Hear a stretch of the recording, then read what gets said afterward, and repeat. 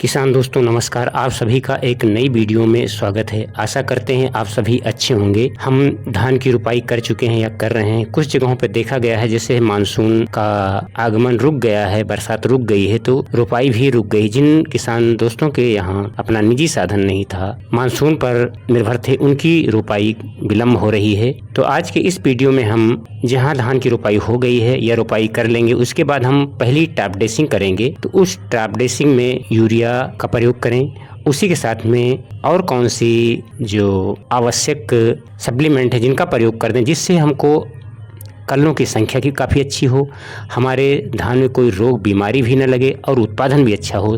तो आज के वीडियो में इसी पर जानकारी आधारित है, इसलिए वीडियो को पूरा वॉच करें तथा चैनल पर पहली बार विजिट कर रहे हैं तो चैनल को सब्सक्राइब अवश्य कर लीजिए, क्योंकि खेती किसानी संबंधित वीडियो इस चैनल पर आती रहती हैं।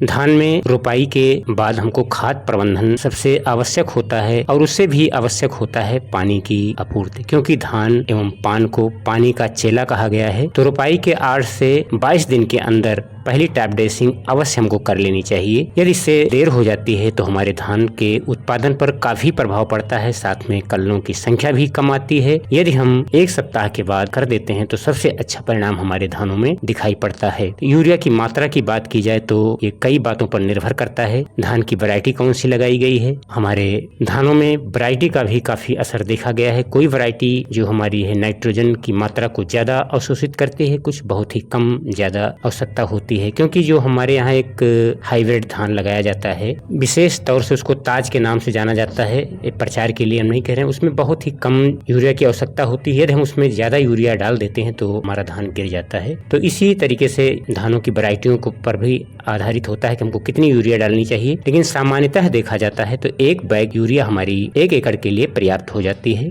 कई किसानों को हमने ये भी देखा है कि 1 एकड़ में 2 से 3 बैग भी यूरिया का प्रयोग कर देते हैं। तो ऐसा हमको नहीं करना है। हमको जितनी मात्रा की आवश्यकता है, अगर हम खेत की जांच कराए हैं तो उसके अनुसार डालें, नहीं सामान्यतः हम 1 बैग यूरिया डाल देते हैं तो पर्याप्त हो जाती है। इसी के साथ में हमको जिंक का प्रयोग भी कर लेना चाहिए। यदि हम बेसल डोज में जिंक का प्रयोग नहीं किए हैं तभी हमको करना है। यदि बेसल डोज में कर लिए हैं तो इसकी कोई आवश्यकता नहीं है। इसकी मात्रा यदि हम 33% वाली जिंक का प्रयोग करते हैं तो 5 किलोग्राम रख सकते हैं, और यदि 21% वाली जिंक का प्रयोग करते हैं तो 7 से 8 किलोग्राम प्रति एकड़ के हिसाब से हमको इसका प्रयोग करना चाहिए। और इसी के साथ में कल्लों की अधिक दाव के लिए, बेहतर रिजल्ट के लिए हम जो इफ्को का सागरिका आता है जो दानेदार वाला है, उसका हम प्रयोग कर देते हैं।